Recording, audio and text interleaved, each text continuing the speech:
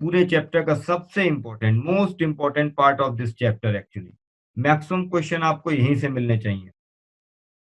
Variation of the properties, atomic size left to right decreases, ये arrow जिधर जा रहा है उसके अकॉर्डिंग चलेंगे, डिक्रीज इंक्रीज लिखा हुआ है, तो atomic size decreases left to right, top to bottom increases.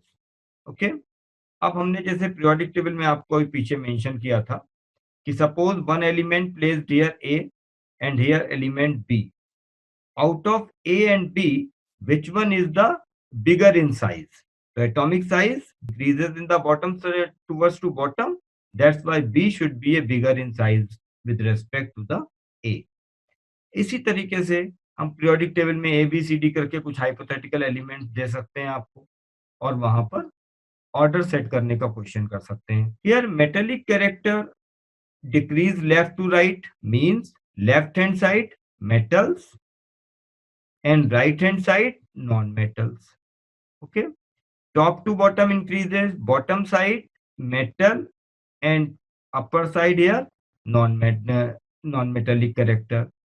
ये तो दो प्रॉपर्टी एक पैटर्न पर चलती हैं भाई, एटॉमिक साइज और मेटेलिक कैरेक्टर एक टाइप से चलती है। ये तीनों प्रॉपर्टी आप देख रहे हो एक ही पैटर्न पर हैं, ionization potential, electron affinity, electronegativity, left to right increases, मतलब अक्रॉस द पीरियड क्या हो रहा है, इंक्रीज हो रहे हैं सबके सभी।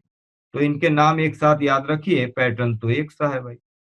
आयोनाइजेशन पोटेंशियल या आयोनाइजेशन एनर्जी एक बात, इलेक्ट्रॉन एफिनिटी दूसरा पॉइंट, इलेक्ट्रोनेगेटिविटी तीसरा पॉइंट। तो ये तीनों का पैटर्न से ये हमें याद रखना है।